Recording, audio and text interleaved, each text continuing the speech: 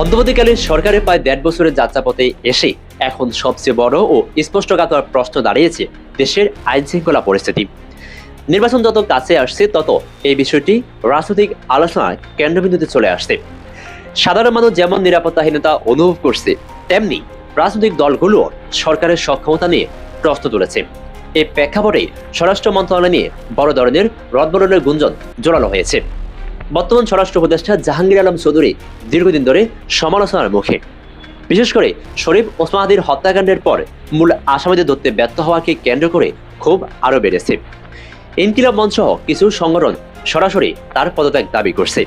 এখানে প্রশ্ন উঠেছে, এটা কি শুধু একটি হত্যাকাণ্ডের ব্যর্থতা, নাকি এর পিছনে আরো গভীর রাজনৈতিক চাপ কাজ করছে? বাস্তবতা হলো, নির্বাচন সামনে রেখে আইন শৃঙ্খলা সামান্য দুর্বলতাও বড় রাজনৈতিক ইস্যুতে পরিণত হয়।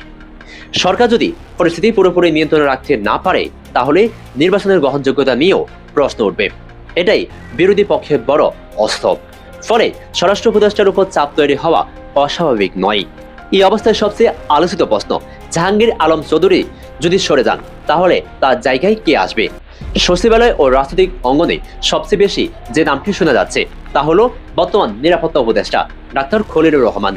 তিনি একজন দক্ষ ও অভিজ্ঞ নিরাপত্তা বিশ্লেষক হিসেবে পরিচিত। সমর্থকদের দাবি, বর্তমান অস্থির পরিস্থিতি সামাল দেওয়ার মতো যোগ্যতা তার আছে।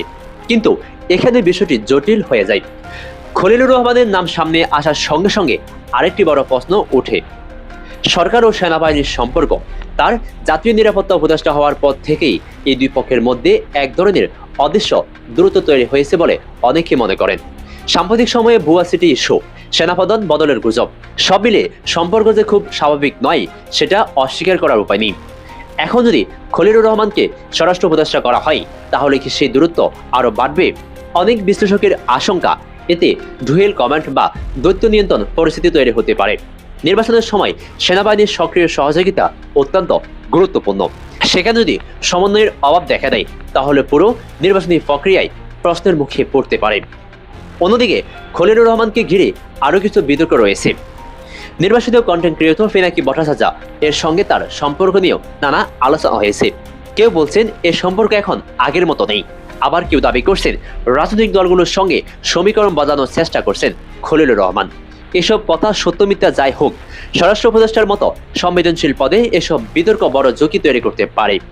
এদিকে বিকল্প নামও আলোচনায় আছে।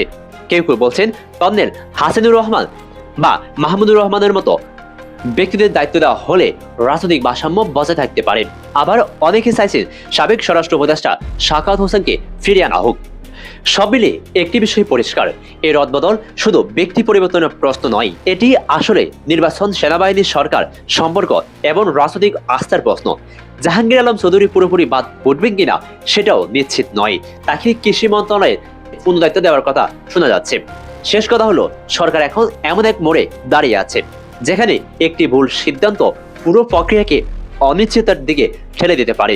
স্বরাষ্ট্র উপদেষ্টার পরিবর্তন যদি হয়, তবে সেটা হতে হবে খুব হিসেব করে, সব পক্ষের রাস্তা ধরে রেখে। কারণ সামনে যে নির্বাচন, সেটি শুধু ভোটের লড়াই নয়, এটি দেশের স্থিতিশীলতার বড় পরীক্ষা। দর্শক, আপনার মূল্যবান মন্তব্য কমেন্টের ঘরে জানান। আর এই চ্যানেলে নতুন হয়ে থাকলে সাবস্ক্রাইব করে আমাদের সাথে থাকুন। ধন্যবাদ।